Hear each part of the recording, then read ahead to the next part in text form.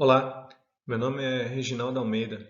Eu vou falar com você sobre inovação na indústria automotiva. Eu vou trazer aqui inicialmente uma agenda. O primeiro tópico seria minha autoapresentação. Posteriormente, nós vamos falar sobre o Vale do Silício, que é uma referência global de inovação. E por fim, nós vamos tratar de inovação propriamente dito. Então, vamos para a autoapresentação. Primeiramente, minha formação acadêmica.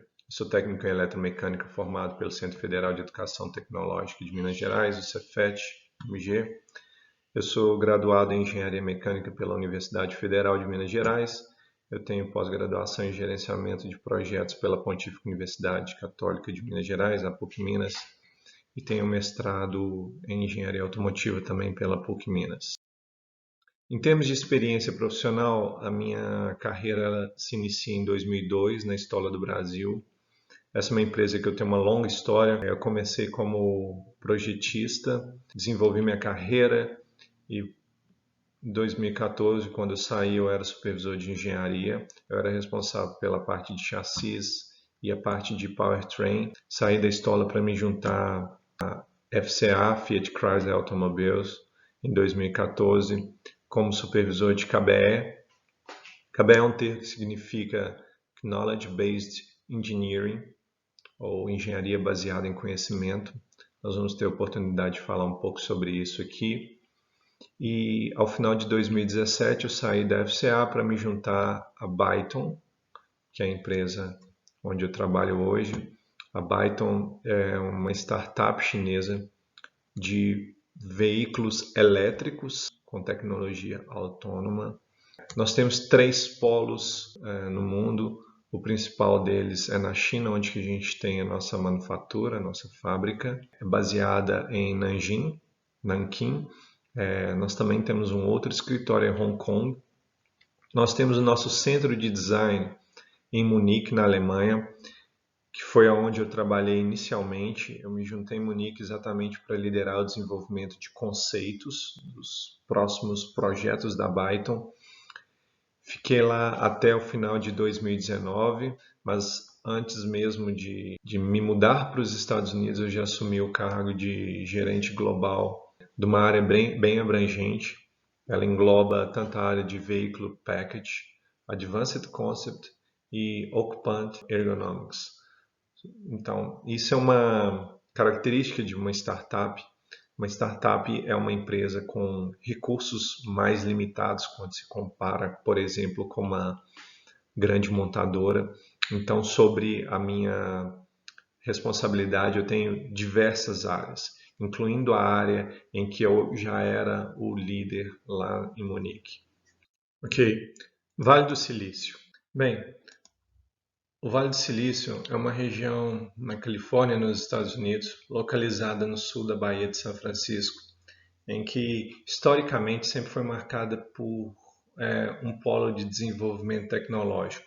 Iniciando a Segunda Guerra Mundial, várias empresas que estavam desenvolvendo tecnologias bélicas, elas se localizaram ali para criar um polo de desenvolvimento. E após o fim da Segunda Guerra Mundial, essas empresas elas começaram a desenvolver outras tecnologias, não somente tecnologias voltadas à indústria bélica, mas elas também focaram muito no desenvolvimento de tecnologias digitais. A região do Vale do Silício ela é uma região composta por várias pequenas cidades, entre as quais se destacam a cidade de Palo Alto, onde nós temos a Universidade de Stanford, nós temos a cidade de San José, cidade de Santa Clara, cidade de Fremont. O Vale do Silício é uma referência global de inovação e empreendedorismo, um polo tecnológico global. E não somente as empresas que são líderes globais de tecnologias, como também todas as startups, ou a maioria das startups com maior potencial de desenvolvimento também estão localizadas na região do Vale do Silício. É uma região extremamente rica, e eu levantei os dados aqui, se o Vale do Silício fosse um país, seria o segundo país mais rico do mundo. Eu trouxe os dados do Produto Interno Bruto per capita, e são em torno de 130 mil dólares por ano. E como eu disse, as líderes globais de tecnologia nos seus respectivos segmentos, elas estão localizadas no Vale do Silício.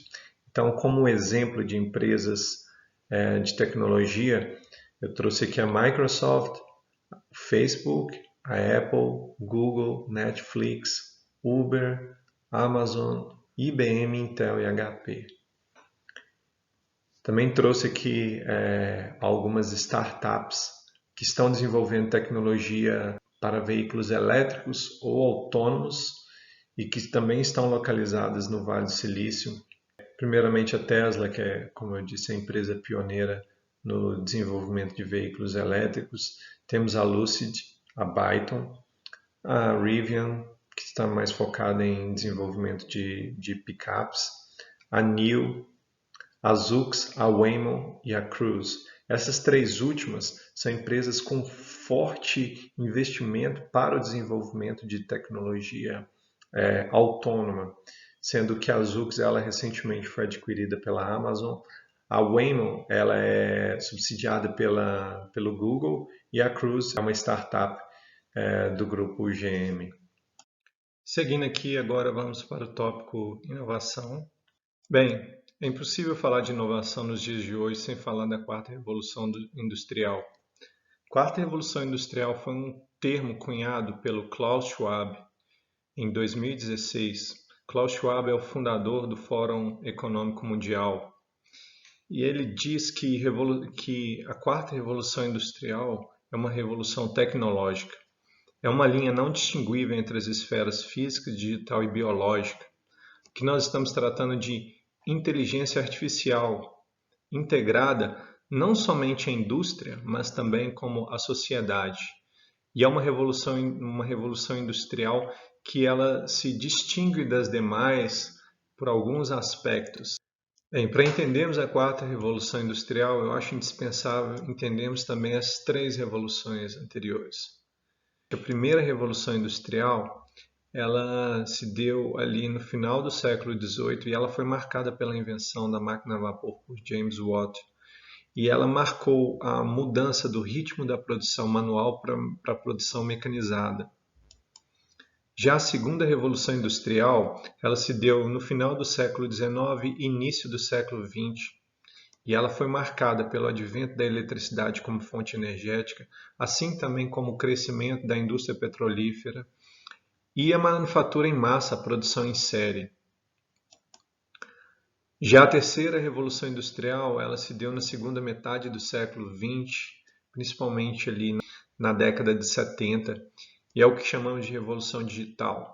É o advento da eletrônica e da tecnologia da informação e a automatização da produção. E agora chegamos à quarta revolução industrial que nós estamos vivendo nos dias de hoje. É o advento e a consolidação da indústria inteligente. São os sistemas cyberfísicos, máquinas e processos digitais capazes de tomar decisões. Então, essa aqui realmente é uma revolução que se distingue das outras, principalmente pela velocidade com que ela vem acontecendo. Nós vamos falar mais sobre isso. Bem, uma pergunta recorrente, principalmente no momento em que começou-se a falar dessa quarta revolução industrial, é por que essa é uma outra revolução industrial e não uma continuação da terceira revolução industrial? E há três razões pelas quais as transformações atuais não representam uma extensão da terceira revolução industrial, mas sim a chegada de uma nova revolução. Primeiro, a velocidade com que ela tem acontecido. Segundo, o alcance que ela tem chegado. E terceiro, o impacto nos sistemas.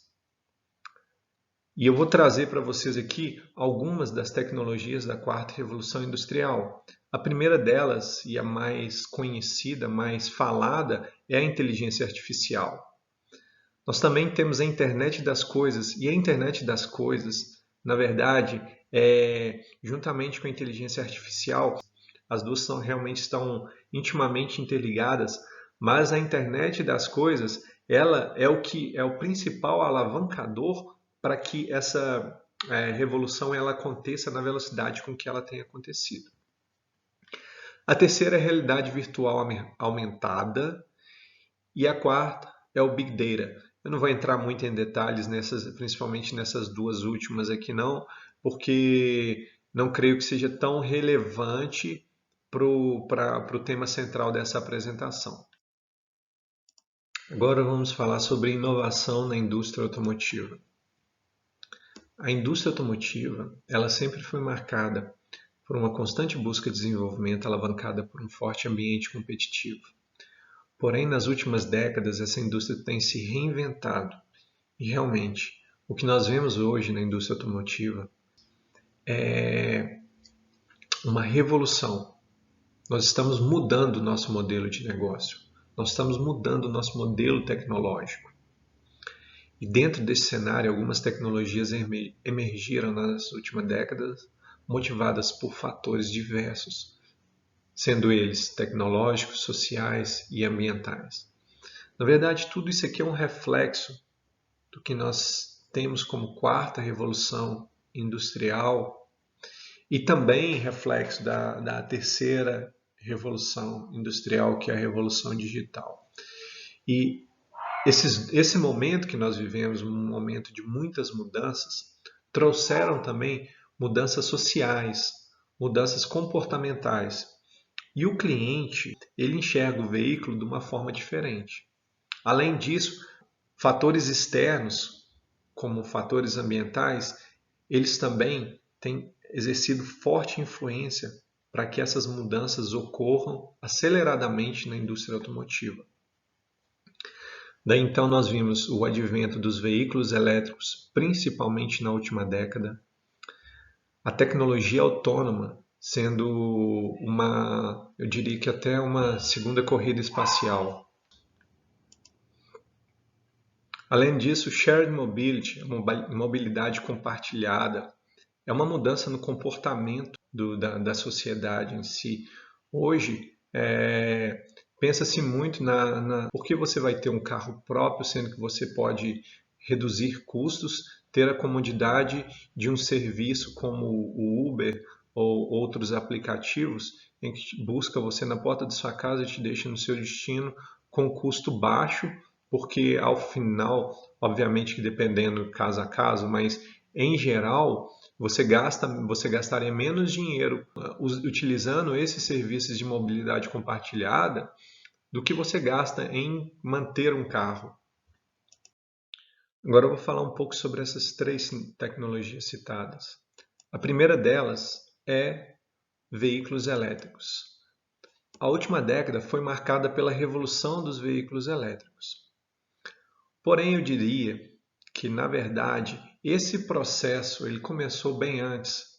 Ele começou no momento em que houve uma conscientização global dos impactos ambientais causados pela emissão de gases poluentes. A partir deste momento, a indústria automotiva ela começou a ser pressionada para otimizar os seus processos, os seus sistemas, para minimizar esses impactos ambientais. Então, as montadoras, ao longo das últimas décadas, vêm desenvolvendo tecnologias que visam minimizar a emissão de gases poluentes. E os veículos elétricos eles surgem como uma ruptura com o modelo de motores a combustão. Esse modelo ele vem desde a segunda revolução industrial, lá no final do século XIX, e eles são balizados e sustentados pelo mercado petrolífero global. Os veículos elétricos eles são totalmente movidos por um motor elétrico, são alimentados por uma bateria que pode ser conectada à sua rede. E os veículos elétricos eles apresentam algumas vantagens significativas quando comparados com veículos com motores de combustão interna. Não somente em termos ambientais, mas também em termos de performance do veículo.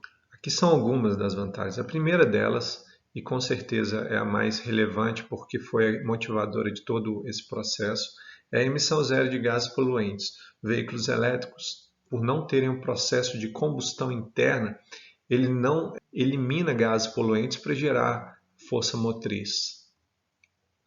Ele tem um menor custo combustível ou energia por quilômetro, ou seja, os veículos elétricos eles ainda são um pouco mais caros que os veículos convencionais, porém, se você coloca como custo-benefício, você tem um retorno muito rápido por causa da economia de combustível. Obviamente que vários desafios são inerentes a todo o processo de implementação de infraestrutura para os veículos elétricos, principalmente no contexto de Brasil. Mas essa é uma discussão bastante ampla que acho que não é foco desse momento aqui. Além disso, nós temos uma melhora na estabilidade dinâmica. Por quê? Como os veículos elétricos eles fazem uso de baterias, e as baterias elas são densas e pesadas, nós temos baterias aí com peso em torno de 500 a 600 quilos em média, a bateria ela é localizada abaixo do assoalho do veículo. Isso faz com que o centro de gravidade do veículo ele abaixe. Quando o centro de gravidade abaixa, o veículo ele tem mais estabilidade dinâmica, ou seja, você tem mais facilidade para fazer curvas durante o processo de dirigibilidade, você está menos suscetível a capotagens. Isso tudo são características que conferem ao veículo uma maior estabilidade dinâmica.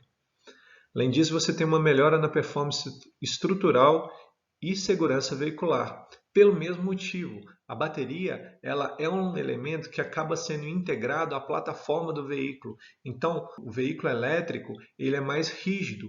Então, por exemplo, ele tem um aumento da rigidez torsional. Então, ele está menos suscetível a torções por causa dessa rigidez adicional devido à bateria. Ele tem uma melhor performance de torque e velocidade.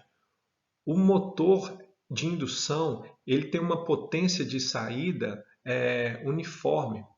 Já os motores de combustão interna, eles trabalham com performance mais elevada somente em algumas faixas de velocidade. Os veículos elétricos, por sua vez, eles já trabalham com alta performance em qualquer faixa de velocidade. Isso faz com que, por exemplo, os veículos elétricos eles tenham um torque muito elevado, coisa que para veículos de motores de combustão você precisa de motores enormes e com muita capacidade volumétrica para você conseguir atingir grandes torques.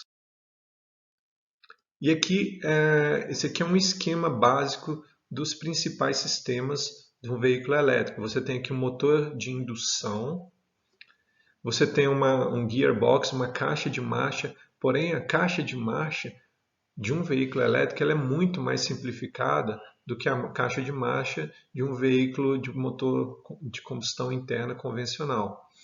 Você tem aqui um inverter, um inversor. Esse inversor ele funciona como a inteligência de todo o sistema elétrico. Ele faz o controle da potência de saída do motor de indução. Além disso, ele faz a conversão da corrente contínua gerada pelo pacote de baterias em corrente alternada necessária para o motor de indução. E na foto da direita nós temos o pacote de bateria de alta voltagem. Esse aqui foi o grande desafio que causou essa revolução dos veículos elétricos.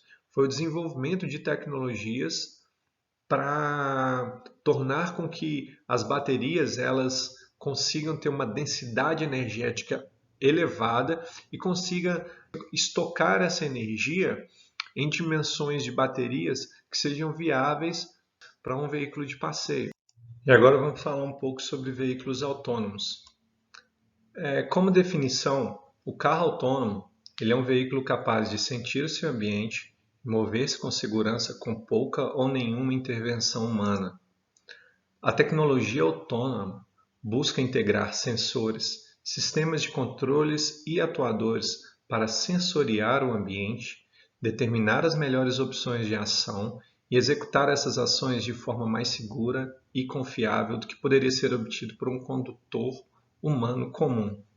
Aqui já tem a ideia implícita que a tecnologia autônoma, na verdade, ela busca melhorar o que nós temos hoje com tomada de decisões humana. Como que a gente consegue isso? A gente está buscando isso através do advento das tecnologias de inteligência artificial. E hoje existe um despendimento muito grande de recursos nesse desenvolvimento, uma vez que já se enxergou que a tecnologia autônoma ela vai ser um diferencial competitivo para aquele que chegar a atingir um nível full, um nível completo. Agora, realmente vários desafios são inerentes a este desenvolvimento. Nós temos hoje um processo dentro da tecnologia de inteligência artificial que chama Machine Learning, que é a máquina aprendendo. E o desenvolvimento das tecnologias autônomas se deu principalmente pela aplicação dessa tecnologia. Basicamente, é a máquina ela aprendendo as situações. Então, ela passa a tomar as decisões baseadas em protocolos, em padrões que ela já vivenciou. E aquilo para ela identifica como um novo padrão. Só que os grandes desafios e a complexidade de desenvolvimento dessas tecnologias se dá pelo fato da máquina ainda ter muita dificuldade em avaliar aspectos subjetivos que para a gente, para o cérebro humano, são coisas naturais e intuitivas. Para a máquina, ela precisa de um padrão para que ela entenda aquilo. Ela não tem esse senso de intuição. O que eu quero dizer? Por exemplo, nosso cérebro, ele consegue identificar subjetivamente situações de risco. Por exemplo, se você está andando e você vê uma pessoa idosa prestes a atravessar uma rua, você já entende que é uma situação de risco, porque pode ser que aquela pessoa esteja desatenta. Para a máquina, ela não tem essa intuição, ela precisa realmente aprender aquilo. Ela precisa vivenciar, ela precisa de um algoritmo, ela precisa de algum padrão que mostre para ela que aquilo é uma situação de risco. Isso exige muito desenvolvimento, exige muito teste, e esse é o momento que nós estamos vivendo hoje. É um momento de testes, de desenvolvimento e de captura desses padrões, dessas variantes ambientais que nós temos. Uma coisa também bem interessante é que essa tecnologia dos veículos autônomos no futuro, ela tende a cada vez ser mais segura. Por quê? Porque os veículos autônomos eles vão formar uma grande rede de compartilhamento de informações e lições aprendidas. Então, todos esses padrões que são aprendidos pelo processo de machine learning, eles vão ser compartilhados. Então, aquela grande rede vai se tornar um big data, vai se tornar um banco de dados enorme que vai cada vez mais otimizar o processo de dirigibilidade e as estradas vão ficar mais seguras. O grande desafio aqui é quando nós vamos atingir um processo que seja aceitável em termos de segurança, para que o veículo autônomo ele já possa ir para a rua praticamente sem riscos. Eu falo que aqui é um tema muito complexo. Por quê? Porque ele envolve muitos fatores sociais e até mesmo fatores psicológicos. O que nós temos hoje na indústria, nós já temos veículos que oferecem níveis de segurança que são além dos níveis de segurança que nós, como condutores, conseguimos oferecer. Porém, existe um fator psicológico muito sensível por trás disso. É muito difícil para nós, humanos, entregar o nosso controle para que uma máquina, uma inteligência artificial, tome decisões que podem definir até mesmo a nossa vida, a nossa segurança, a segurança da nossa família. Então, realmente, essa é uma barreira que ela precisa ser quebrada. E é uma barreira cultural. Eu diria que essa discussão ela é muito ampla. É uma discussão que vai para o campo até da psicologia, como a gente vai abordar psicologicamente essa grande ruptura com o modelo que nós estamos acostumados. É uma discussão que vai até para o campo filosófico. Então, muitas mudanças vão chegar. E como essas mudanças vão nos atingir, ainda é uma grande incógnita. A relação da aceitabilidade desses veículos a gente pode prever, mas a gente só vai ter a real dimensão do quão isso vai impactar a nossa sociedade no momento em que realmente isso acontecer. A Society of Automotive Engineers, ou Sociedade dos Engenheiros Automotivos, a SAE, ela criou uma escala para poder classificar os veículos enquanto ao seu nível de tecnologia autônoma. Essa classificação ela foi publicada na norma J3016 e eu vou falar um pouco sobre ela. Primeiramente, o nível 0 é aquele nível onde o motorista é responsável por todos os controles do veículo. Esse é o veículo convencional sem nenhum tipo de recurso de automação. Já o nível 1, os veículos devem ter um sistema de assistência à condução, auxiliando o motorista na direção e eventuais frenagens e aceleração. Aqui a gente já coloca alguns sistemas, algumas tecnologias como controle dinâmico de estabilidade. Já no nível 2, o carro possui recursos que permitem a condução semi-autônoma, atuando no volante e nos pedais. Aqui já se enquadra algumas tecnologias como Cruise Control. Já o nível 3, o veículo pode operar de forma autônoma em determinadas situações de tráfego, como em rodovias, mas o motorista deve estar atento para assumir a condução do veículo em caso de solicitação feita pelo sistema.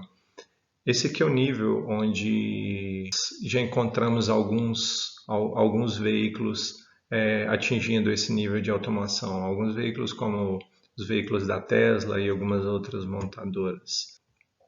Já o nível 4, os veículos também podem atuar sozinhos em diversas condições, incerto em condições climáticas e ambientes adversos ou ambientes realmente condições extremas, como tempestades ou condições de neve. Ou seja, aqui ainda tem algumas condições de contorno que são difíceis de serem preditas pelo sistema, então o motorista deve assumir o controle do veículo. E o nível 5 é o nível máximo, onde o carro será capaz de fazer tudo, de modo que o motorista passará a ser somente um passageiro, bastando informar onde quer ir. Pedais e volante tornam-se desnecessários nesse nível e os comandos podem ser transmitidos por voz ou por celular. Esse aqui é o objetivo final que nós pretendemos atingir. Eu particularmente acredito que a gente está bem perto de chegar a esse nível. E por fim vamos falar sobre Shared Mobility, ou mobilidade compartilhada. Esse é um conceito bastante recente.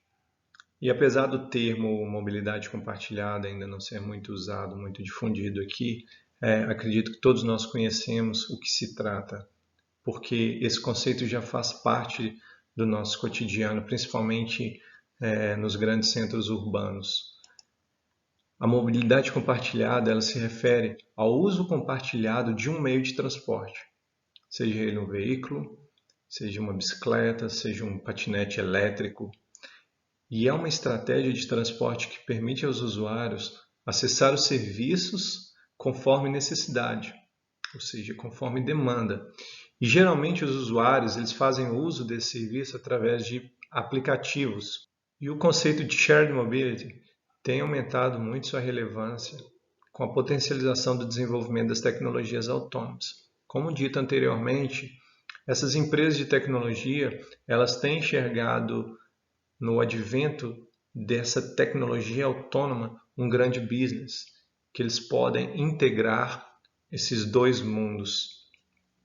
Várias startups têm buscado integrar essas tendências em um esforço compartilhado.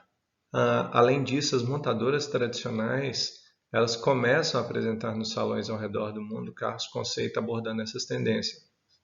Ou seja, até as montadoras convencionais elas já enxergaram que isso é uma tendência muito forte para os próximos anos.